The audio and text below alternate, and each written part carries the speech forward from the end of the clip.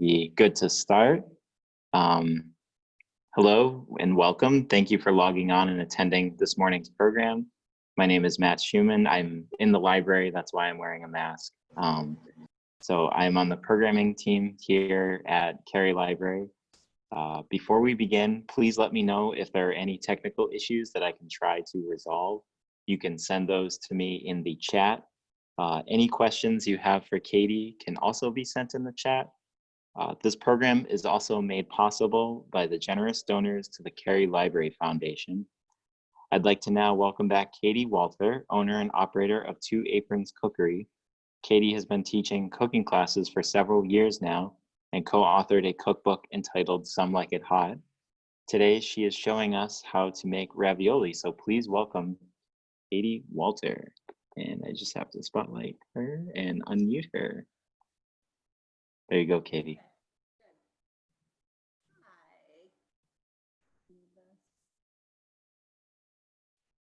Hi. Good morning. Can everyone hear me okay? Good. Okay. Yes, we can hear you. Okay, excellent. Good morning. I hope everyone is well today. It's good to see so many faces coming out to learn how to make ravioli.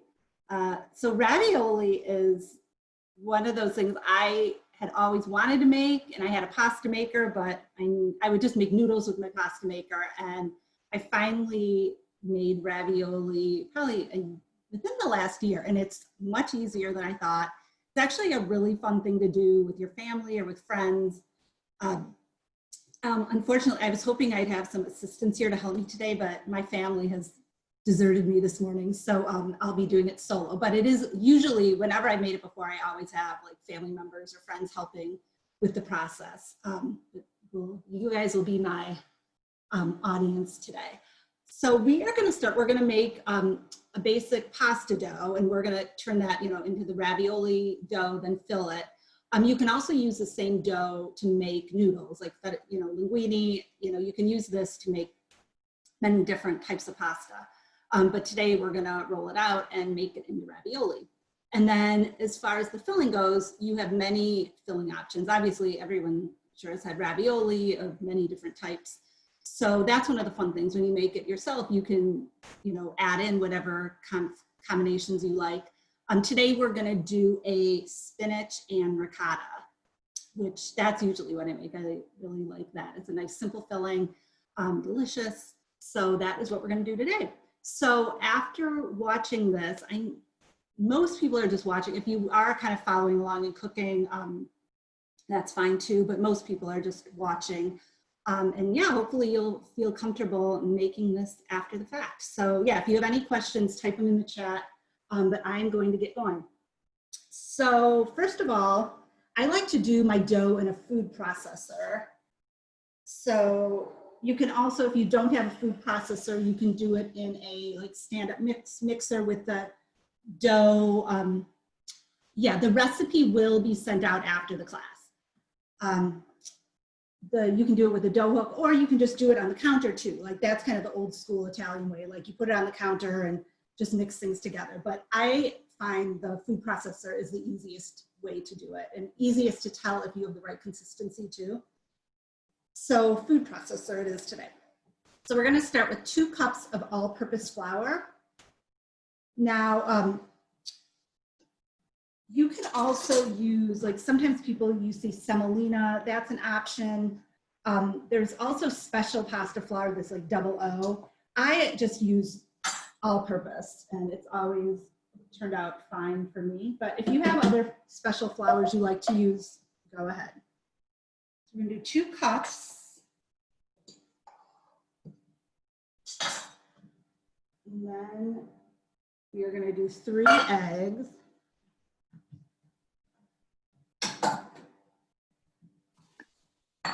I'm just going to lightly beat these before we add them. There was a question, Katie, about is it okay to use a gluten-free flour for these? I don't know. I've not used it before. So I could get back to you. I'd probably, I could do a little research, but I don't I don't want to say yes because I've not tried it myself.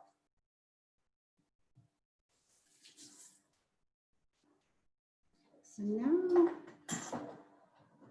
fork. I am just going to beat these lightly with a fork. And they're going to mix more in the food processor, but you want to just combine it before you add it to the food processor. 3 eggs.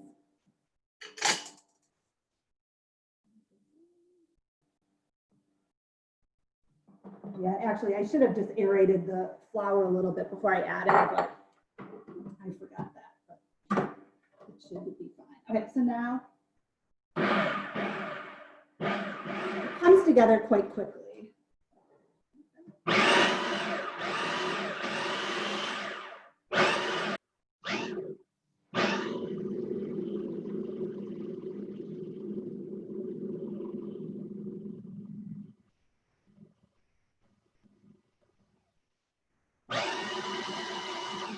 So we want the dough to form a rough ball. It's not doing that right now. So here, you can see, you know, it's still, you can see kind of pebbles, it's grainy. So we're gonna add a little bit of water to it. You know, because the measurements are, if you weigh your ingredients, it would be more exact. So you could weigh your flour, you could say how much weight for eggs, but you know, egg sizes differ. Even, you know, when you measure flour, it can differ. So that's why you say, you know, do the 2 cups of flour, 3 eggs. And then if you don't have the right consistency, you either add a little more flour or a little more water, and just do a little bit at a time until you get the right consistency. So this is saying we need more water because we see these pebbles. So I'm going to do a tablespoon at a time.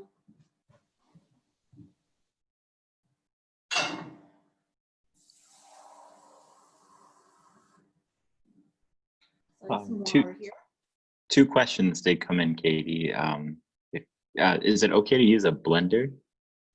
You know, I've never seen it with a blender. If I would probably skip the blender, but I think, if you don't have this, I would either do it just on the counter or with a stand mixer. Okay, so I'm going to try this again.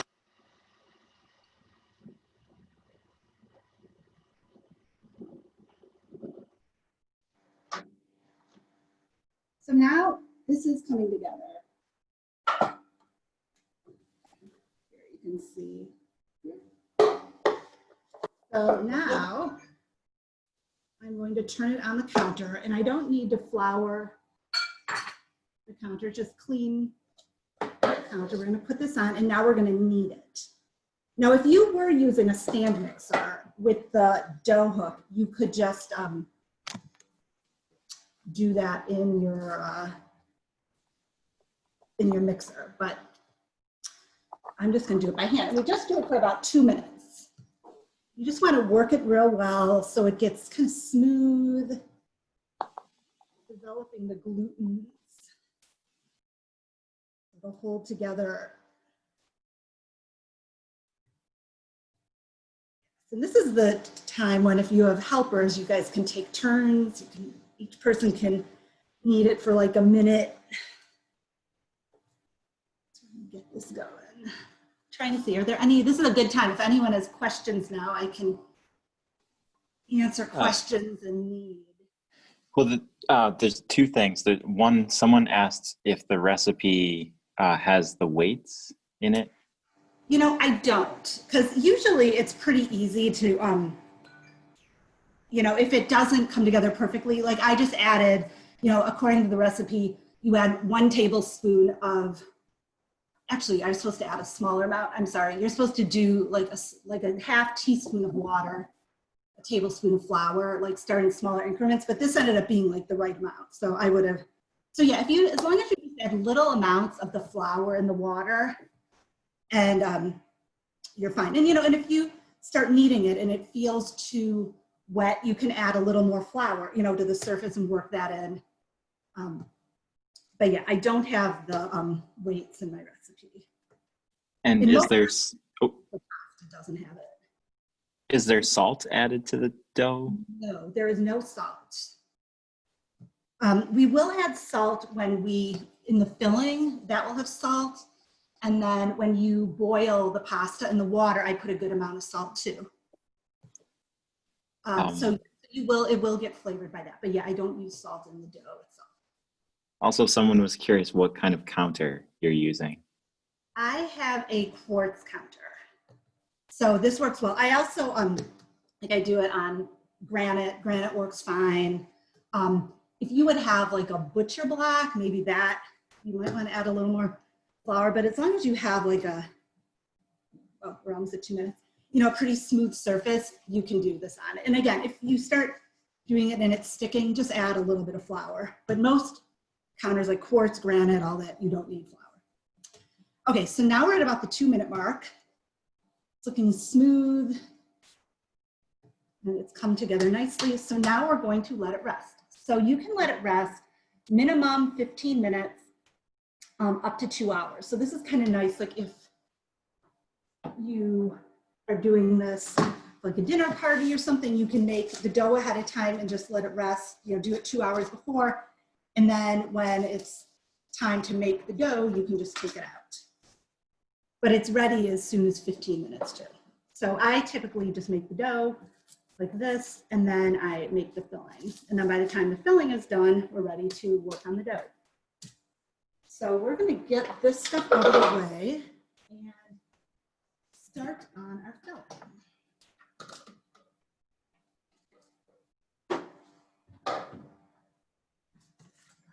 I'm gonna keep the flour out because we will need that later.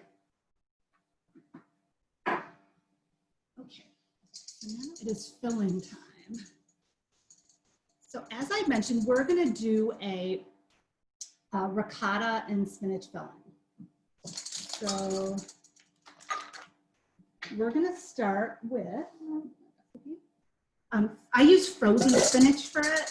I like using the frozen spinach as opposed to the fresh because you can just keep it in your freezer and grab it whenever you're ready. So like this ravioli recipe, almost everything is the kind of stuff you'd have in your pantry. Like some people always have ricotta. I typically don't, that's what I do have to buy, but everything else, you have your flour, your eggs, I keep my frozen spinach. I always have Parmesan cheese on hand. So it's something you can, I can make a lot of the time just with pantry ingredients.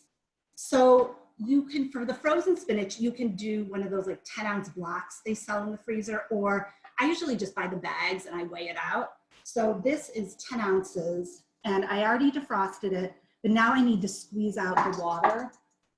So I just take it out. Like I said, I just defrosted it in the microwave for, I don't know, I put it on defrost for maybe 4 minutes. So I just take it out a handful, squeeze out the excess water as much as you can get, and then sprinkle it in the bowl.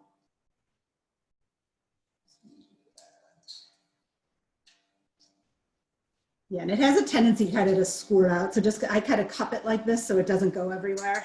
And then when I put it in here, because it kind of clumps up, then I separate it. So it's easier to mix in with the ricotta and the other ingredients. But yeah, if you have fresh spinach, you could cook it down first, and then squeeze out the water, and you could use that. Some other filling ideas, you can use like different seafood is nice. You could do like shrimp, lobster, crab. Put those in. You could do other vegetables, like mushrooms are always nice, like mushroom and goat cheese. You could do like winter squashes, like butternut squash is a nice filling. In the summer too, if you have nice fresh corn, that's actually a nice filling too.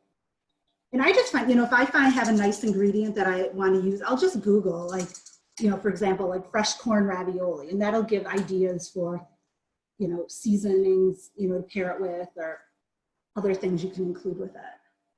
A lot of the time you include the ricotta, but goat cheese is also, as I mentioned, nice in ravioli too.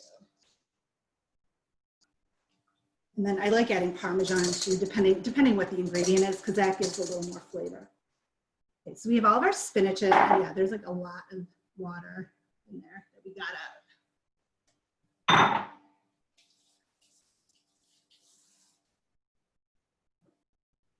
Okay, now for the other ingredients, we're going to do a cup of ricotta.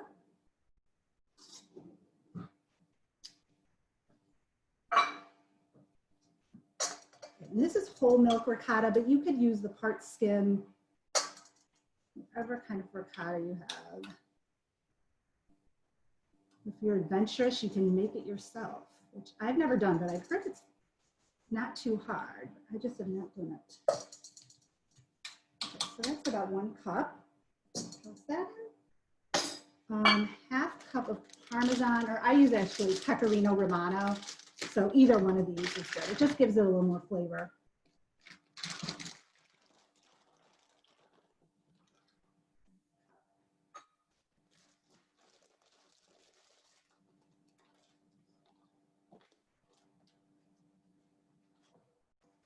And then we're going to do 1 egg yolk.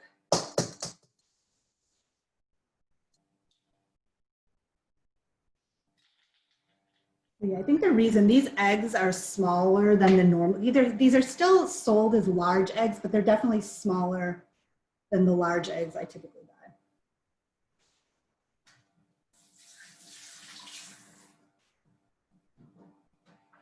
buy. Okay, and then a little bit of salt and pepper.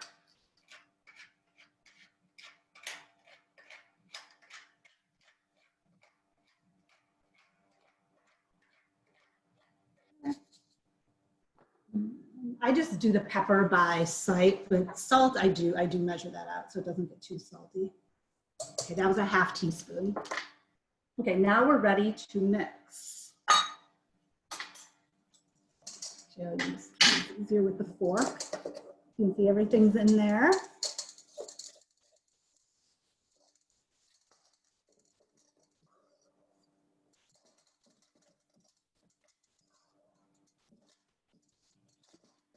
Sorry, we were having some technical issues with the sound earlier, so I had to move the camera closer than I had wanted. So that's why, sorry, everything's a little in close up and I have to scooch down to see you. Okay, so now that's mixed nicely. You can see what that looks like. We'll just set that aside. Okay. Now, our dough's been sitting for about like 8 minutes. Ideally, it should rest for about 15. But I'm just gonna we can work with it now. So let me just clear this off and then we'll get started on the fun part, which is rolling out the dough and assembling the ravioli. Oh, one of the things, I started my water boiling. So not that water looks like, but yeah, I have my water boiling. They're starting to boil. I'm getting that ready. So that's ready to go. I'm going to put some salt in it too. How much salt do I want to put in there? Yeah, like a tablespoon of salt. As I said, like you want it to be pretty well salted. Anytime you boil pasta, you want the water to be well salted because it gives a good flavor. Let's move this. Look at our ravioli assembly. Any other questions right now? Okay. So I'm gonna this is the pan. Once the raviolis are rolled out, and assembled, we're gonna set these on the pan before we boil them. We wanna put a good amount of flour on them because the ravioli can stick.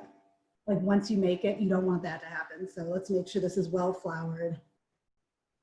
One of the things too, you can make the ravioli, fill it, cut it out, everything, and put it in the fridge for, I think it'll stay in the fridge for about 2 days before you boil it and use it, or you can freeze them. So you assemble them and then just, keep them on the sheet in a single layer, put it in the freezer. Once they're frozen, stick them in like a Ziploc bag, freezer bag, and that will stay, I think 2 to 3 months in the freezer.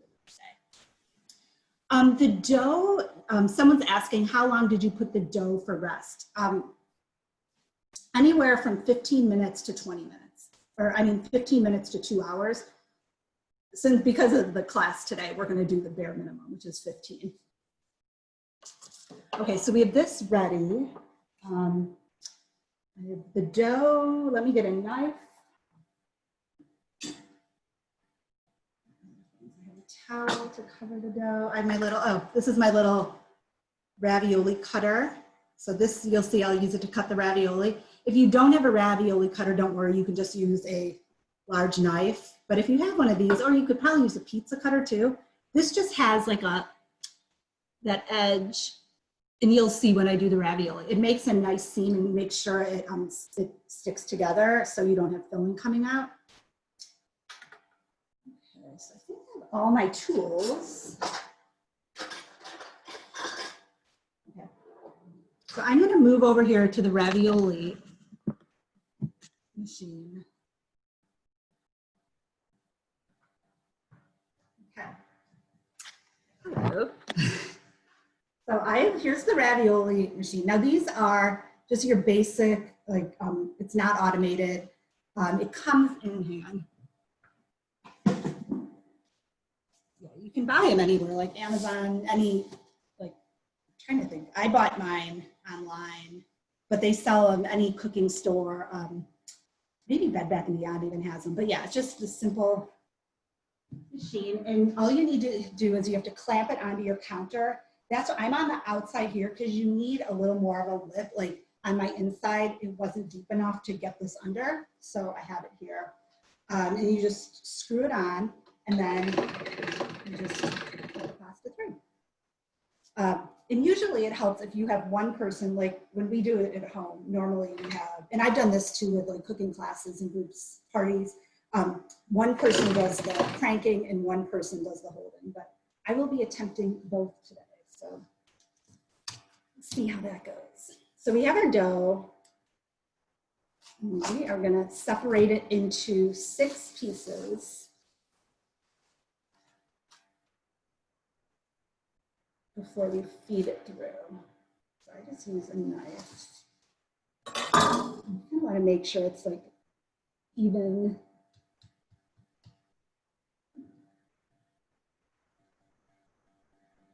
Cut it in half, then I'll cut each of those into thirds. And again, I just eyeball it. Yeah, some will probably be bigger than others. And the ones we're not using, we're just going to keep under the plastic wrap so they don't dry out. So you can see. So see, we have all these little pieces here. So 6 pieces. So we'll have like 6 things of ravioli. Okay, so that's covered. Now for the fun part. Okay, so you take your little piece and you're going to flatten it into a disc. And you want to flatten it because it's going to go through, hang on, let me show you up close the machine. So you can see it has to fit through. It's hard to get the angle, but it's like, it's not very big. It's maybe like a ½ an inch right now is what you're going to squeeze it through. So that's what we need to flatten it a bit. So it will make it through. So I flattened it like this, and now I'll try to put it through. And if you flatten it and it's not going through, that just means you need to flatten it a little more. Okay. So I have it, okay, then the other thing before you do, you have it set up, you have your crank. This knob on the side are your different settings, and it goes like from widest to thinnest. So you always want to start on your widest setting, which it's number 1, they're numbered. But you could also, if you didn't know if like 1 was the widest or the smallest, just move it. And you can see as I'm moving toward, mine goes to 9, like it gets thinner and thinner and thinner. So start out at the widest setting, and you just feed it through and try to get it in the middle and just go slowly. And then you catch with your other hand, you catch it going out. Okay. So you have that. Now we're going to fold it the sides in so they meet in the middle like this. Okay? And just kind of pat it down so it stays together. And now we're going to feed it through with that oat like this.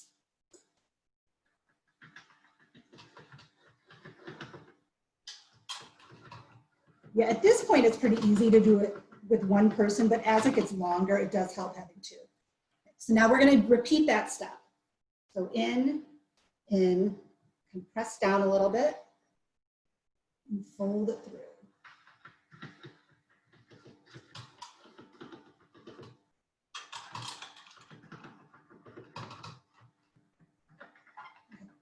And now we are going to just do it. We're not going to fold it. We're just going to put it through as it is, through this same wide. We're still on the same original wide setting. So I'm going to do this like 2 or 3 times. And then I usually try also to rotate, like what went through the end I put through first, just so it kind of stays even. I don't know if you have to do that. I just do it a 3rd time just for fun.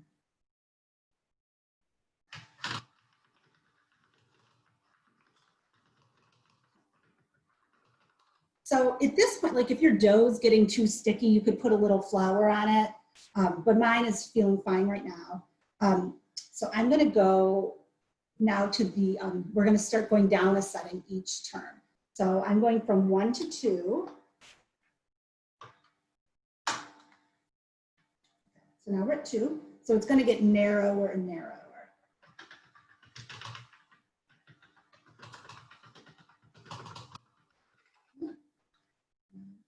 Down one.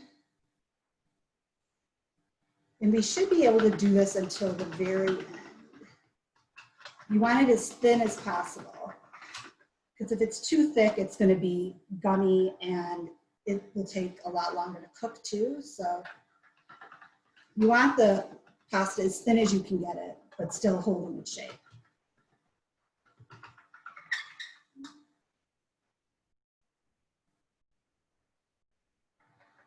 This is easier than I thought, just doing it with one person.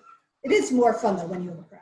So this is really good for your family it's a fun activity. Or even, yeah, if you're having a dinner party, when we can start doing dinner parties again.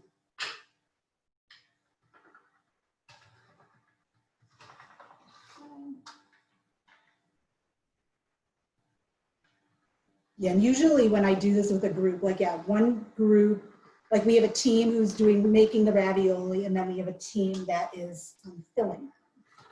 So, just goes right back in.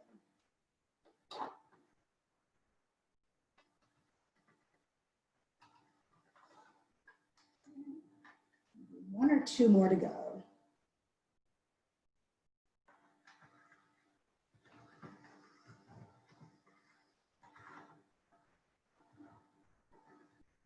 Now this is the part of your time, if your dough is sticky, it might be sticking together, but ours is it's the right consistency, so it's not.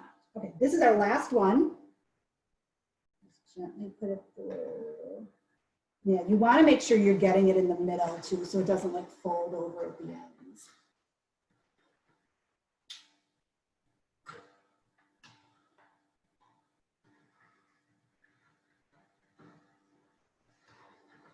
Okay, so now we have a nice thin piece of dough. Okay. And now we are going to fill it. Move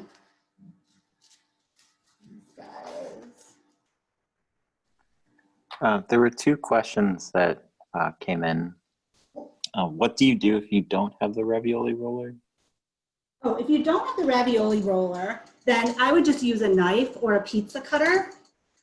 Just make sure, like the one thing with the ravioli cutter, which is nice because it's like a little wider than a knife, it really helps you get a good seal to keep in the ingredients.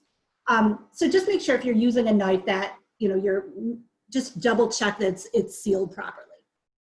But yeah, you can absolutely make this without a ravioli cutter. And there was another question of how come you can't just run it through once on the thinnest setting? Well, I think part of it, I think it's developing more gluten in it, you know, the more you go through, so it'll be a sturdier dough and it'll hold up when it's filled and boiled and all that. But I also think too, you start out, you can't just get it that thin right away. Like if you would start out with that one piece on the thinnest setting, I don't know if it would really go through. Like you'd have to pat it really thin. So yeah, so I think it's part way, you can't physically do it, but also it helps, I think, develop a nice taut dough. Okay, so we have this laid out. Katie, the other question was, what do you do if you don't have a ravioli roller? Not the cutter, but the roller. Oh, if you don't have, sorry. Yes, sorry. No, there are ways to do it. I've always used this, but you can use a rolling pin instead.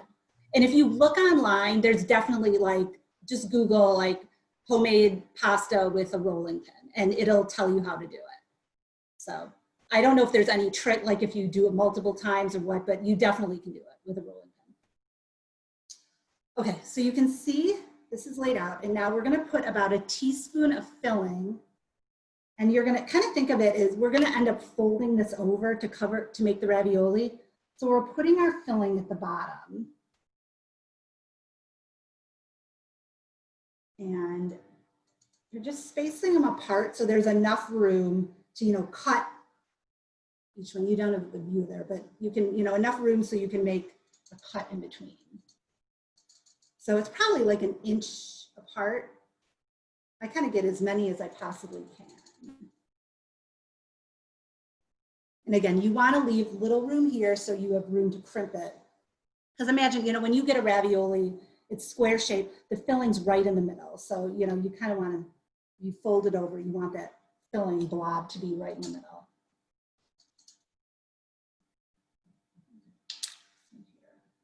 So we got 5 out of this one. So if we do each dough is slightly different, but if we figure we get 5 per section of dough, then we'll end up with 30 little raviolis. So now I'm going to take this and fold it over. And now I'm going to get the air out. So I always start in the back and then kind of gently work my way around it to make sure all the air is out. And then I end in the front so the air can go out. And again, just gently pressing. Now I move to the next one. Because if you start in the front and work in the back, your air is going to end up in the back with nowhere to go. So you want to end in the front where you can push it all out. And again, if I was doing this at home with a group, we'd have 2 people doing this part and then 2 people would keep doing the pasta. So you'd have a continuous assembly line. Okay. Oh, and you know what? Shoot, I should have floured this. Darn it. That's what I forgot to do. You definitely want to flour this at the end because it gets sticky. You'll see. You'll remember to do it. So now I'm using my cutter, and you can cut the back if you want. I don't always because I feel like it's more just for looks if you want it in back, but I do the front. There was another question that came in that was, how come you have to get the air out? Because I think otherwise, that's a good question. I don't know if it's just for looks or you need to seal, first of all, you need to seal the dough because otherwise it's probably more for sealing purposes. You want the dough to touch as much as possible so it doesn't come apart. That would be my take on it.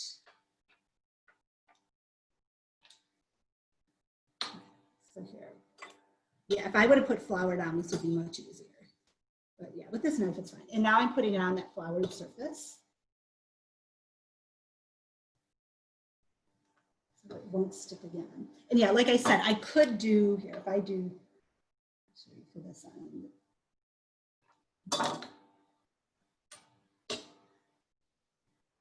Then you have that nice fluted surface the whole way around.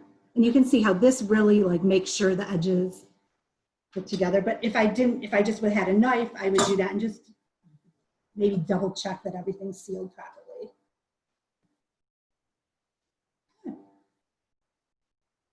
That is round 1. Why don't we, yeah, we'll do that again and then we will boil them. So here, we'll do this again. How's the angle? You know, I might move, I think I'll move to a different camera angle next time I fill them so you can see it. Okay. I'm gonna that out so we don't forget. And I'm gonna make sure my water is going. So let's try this again. So another piece of dough. And again, I'm keeping this covered with plastic wrap so it doesn't dry out. We're gonna make it into a, yeah, because if I, like, it's so thin right now, like it would, and if it did go through, it probably would like be pushed around so it wouldn't be like that nice, even rectangle. Yeah, when I roll it out, I'm kind of making rectangle shape. This should be good. And I'm gonna go back to my original size. Don't forget to do that. Okay, so we're now back to where we started. Okay. So again, I want to put it right in the middle, nice and slow.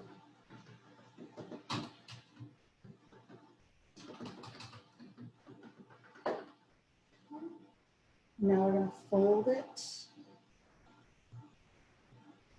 Back through again.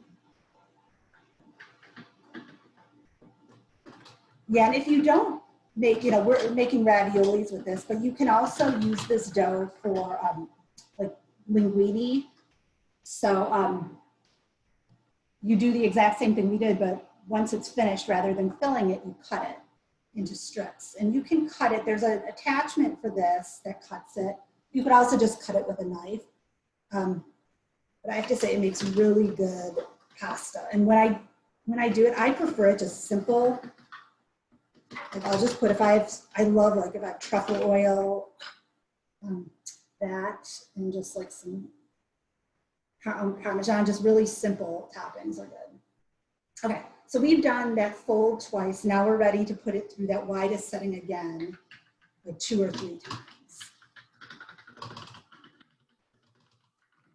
1. Yeah, and the more you do this, like the easier it gets. 2. 3. Okay, now we're gonna start going down. Let me, my water's boiling, hang on a second.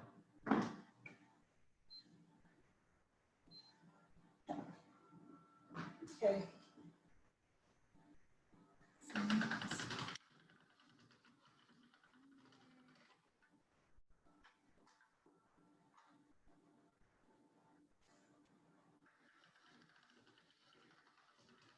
Any other questions at this point?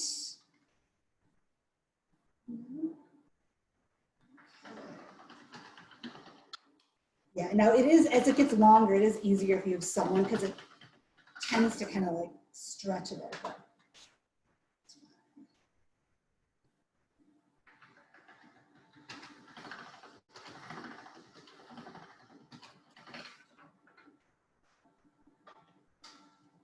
But yeah, this recipe makes a good amount. So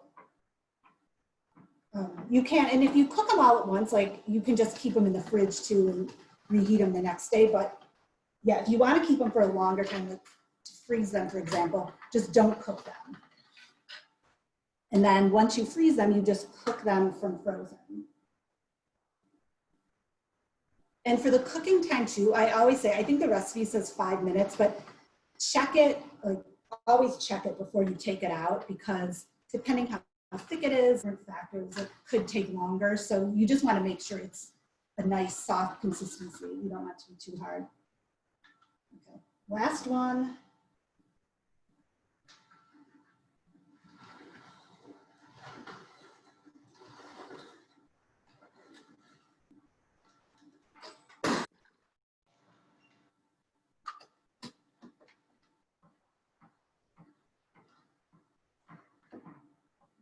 Okay, so let me just move this because you might see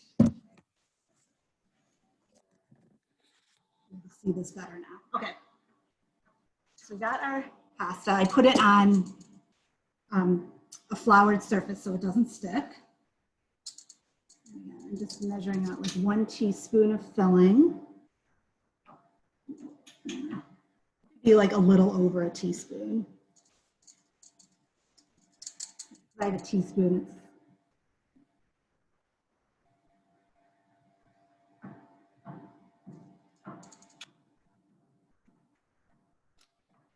This one's only going to get 4. This must have been a smaller piece.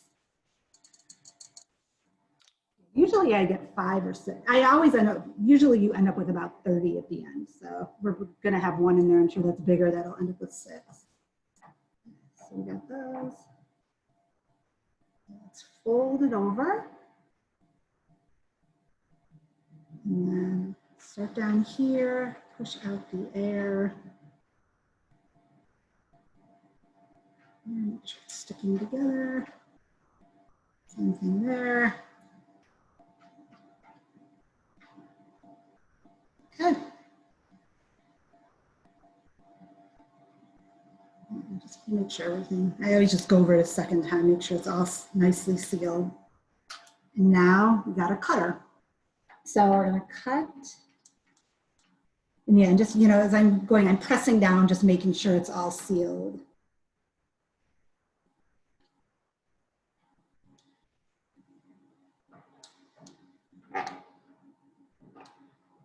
I'll go with this side. Okay. We'll add these to the plate.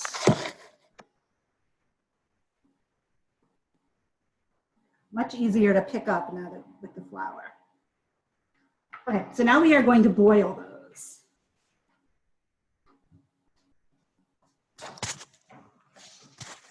So let me figure out the angle for this one.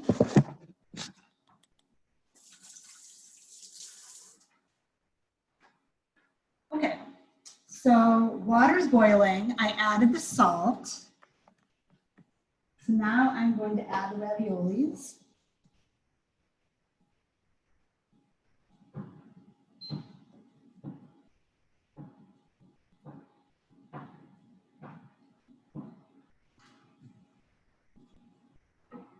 And again, if I was making all 6 pieces, you could just let these all sit out until all 6 are done and then boil them. I probably wouldn't boil all 30 together, but I would probably do half and half, like 15 and 15. I guess it depends how big your pot is. So this is going in.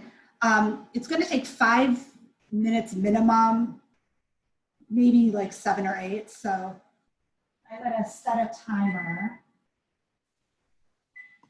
Yeah, a question did come in about can you reuse leftover dough? Yeah, you can. It's not like, yeah, I always will take this and at the end I'll take all the scraps and then we'll make some last, yeah, extra ravioli. Yes, you absolutely can. Good question. Okay, so now I'm cooking it. Now, once the ravioli is cooked in here, I'm just going to stir, make sure it's not sticking to the bottom. Just a nice gentle boil. There. So hard to gauge the angle. There we go. You can see I'm cooking in there. I'm going to turn down. Yeah, the water's getting a little aggressive. Let's turn that down.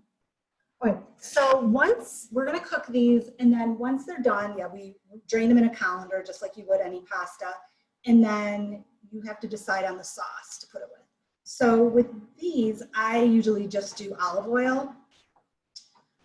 You could also do like a red sauce, a marinara, depending what other stuff you do. Like if you do crab or some seafood, you know, there's some like creamier sauces that are sometimes nice.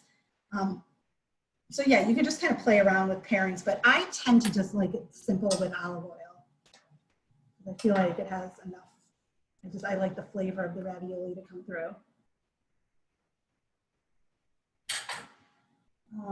What other things to talk about?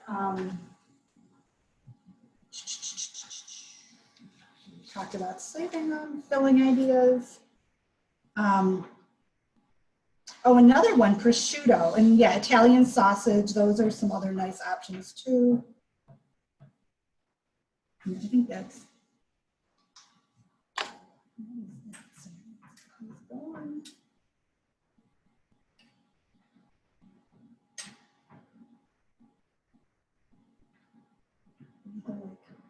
Hot steam on a hot day.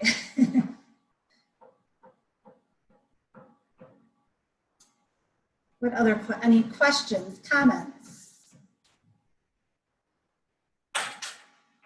I could roll out another one, so we're not just watching that. You guys want to watch me roll out another one? Okay. Okay.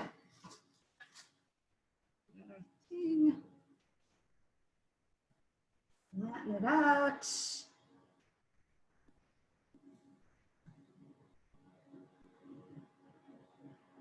Yeah, you could, sometimes when we do this, yeah, we'll do half the recipe in ravioli, then half for noodles. So, good compromise.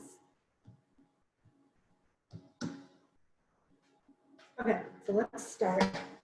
Get it back to the thickest setting. Make sure our counter is floured.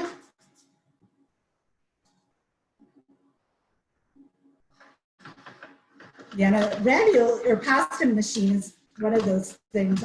Oh, you can sometimes have it as an attachment to another appliance, but it is something I think a lot of people buy with the best intentions of making pasta, homemade pasta all the time, and it doesn't get used. But yeah, I have to say, since I started making ravioli, like we do, I would say we use it probably once a month. Once you kind of get the system down, it's not that hard. It's just kind of the first time is intimidating. There were two comments that came in while we're waiting and watching again.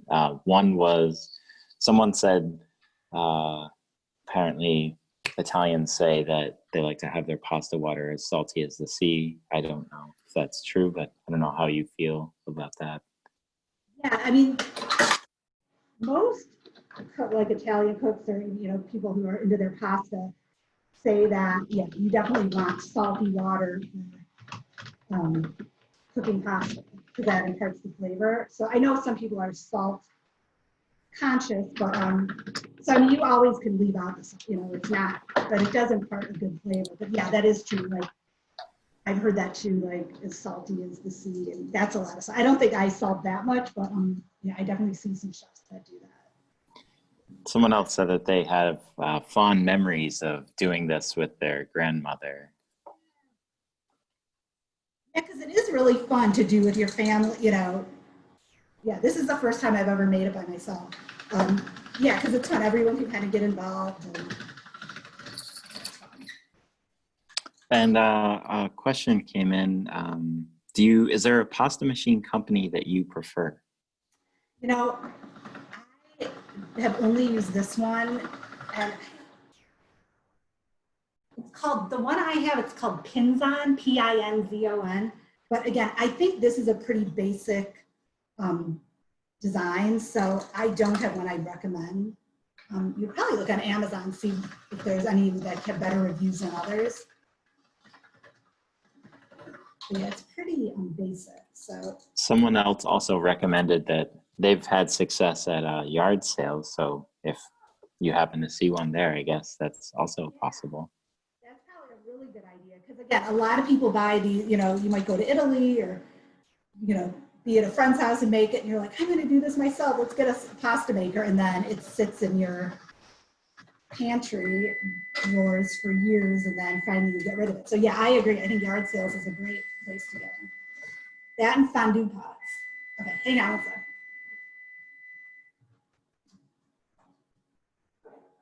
That's our timer. I'm just going to finish this before I check the pasta because I have a feeling it needs a little more than 5 minutes. So I put that in the recipe, 5 minutes is the minimum, just because you don't want it to get overcooked, but I pretty much all the time it goes longer. I think this is it. That was it. So I'm just going to lay this down. Now let's check our pasta.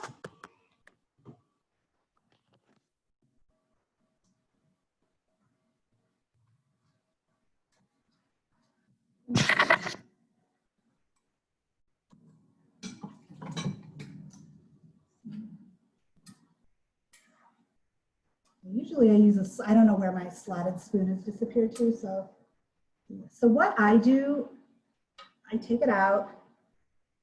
Oh, am I in Maine? Yes, I'm in Maine. Can you tell? Okay, so I just clip off like a little bit of the end and then taste it. And yeah, it's still a little too chewy, so we'll let it go a couple more minutes. That's how I taste it, test it. Okay. So let's go back to this.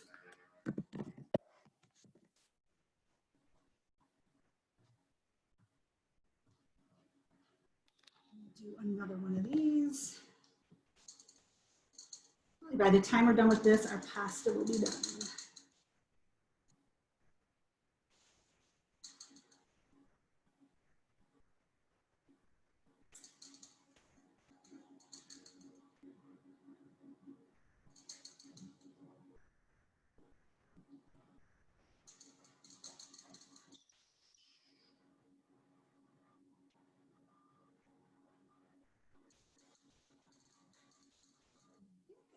Probably can get 6 out of this one. Yeah. Bigger one. Okay. So again, here, this is a better view.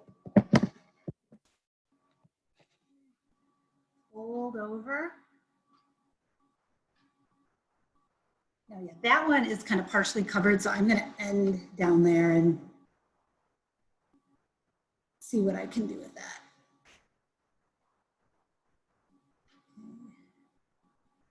Yeah, and just make sure, the biggest thing with this, I honestly, is just making sure it's sealed because you don't want the filling leaking out when it's boiling.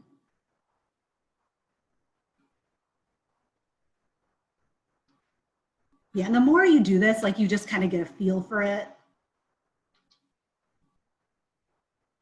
Okay, so this, I'm just going to kind of fold this, and it won't be the prettiest, but yeah, there's a name for that kind of pasta. It's some Italian specialty.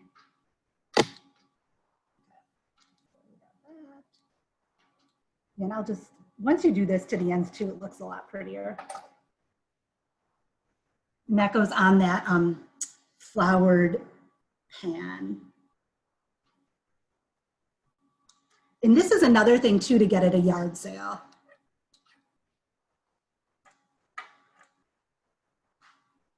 I got this actually, a roommate of mine after college was Italian and she had a bunch of them. So she would make homemade ravioli. So I got this one and I didn't use it for about 20 years.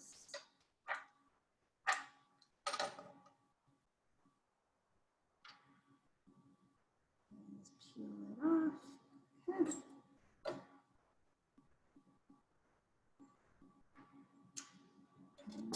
Put this on our tray.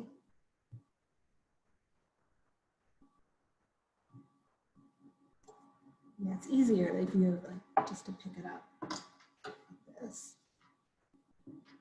Sharp knife.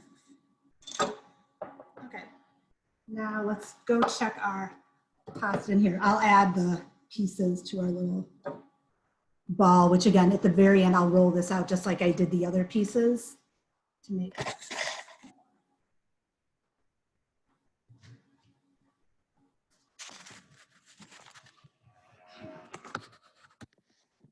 Sorry, I apologize for the camera moving around so much. So let's check these again. Take that out. I'm just going to put that.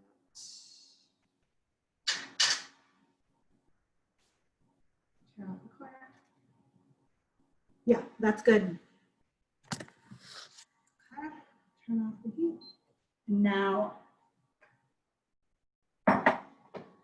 if I had a slotted spoon, I would just put it directly into like the pasta bowl, but since I don't, I'm going to do it in a colander.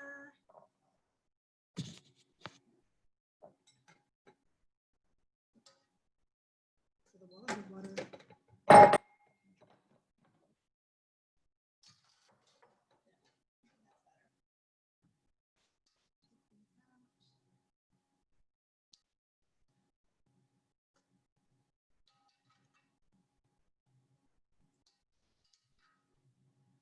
you can see here. I'll give another little look.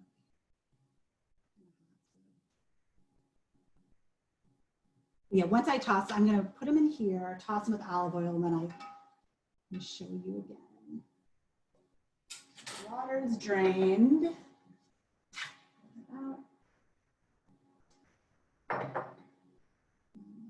Pasta bowl. My olive oil.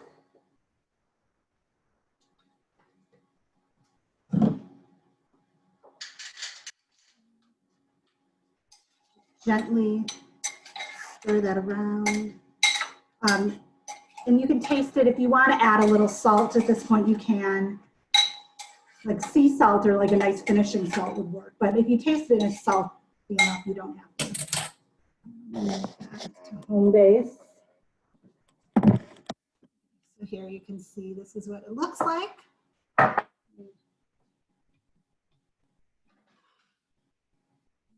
Plate it. So yeah, you can use this for a main course. Obviously, you could use it as a starter if you're doing like a multi-course Italian meal. It's kind of nice. Like I've done this with like roasted branzino fish, and then a nice like burrata and prosciutto salad to start. Yeah, here we go. Homemade pasta, ravioli. So does anyone have any questions? Yes, right, 11 o'clock.